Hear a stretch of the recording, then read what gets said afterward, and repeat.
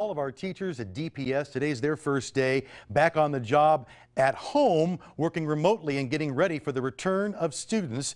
Of course, there's continued concerns. For those who are going back to school, things are going to look different. For those staying at home, isolation can be a big issue. Natalie Tysdal talks with the school counselor, and she has important information for every parent out there.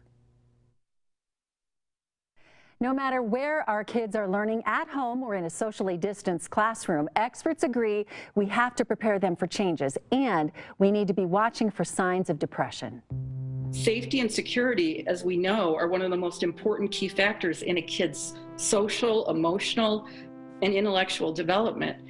Routines are important, but nothing will look like it has in the past for kids going back to school this year.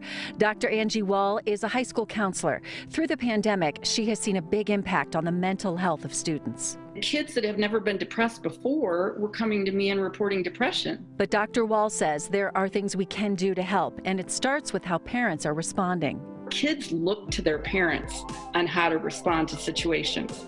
And if parents are panicky, impatient, angry, kids are going to be panicky, impatient, and angry. Other tips to help kids cope: first, make sure they're reaching out to friends.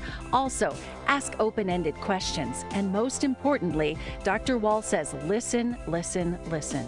Keep the conversation going with your child, no matter if your child's a kindergartner or a senior in high school. Keep an eye on them. And no matter how hard things get, Dr. Wall says, stay positive. If you can model to them how you're coping well with this, it's one of the best possible life lessons we can teach our kids. And we can pull our kids through this and maybe have a generation of really resilient kids that have been able to survive this crazy time. If you're having trouble connecting with your child, call your school counselor or a mental health provider. They can give you some tips to help you connect with your kids and get them the help they need. Natalie Tysdal, Fox 31 News.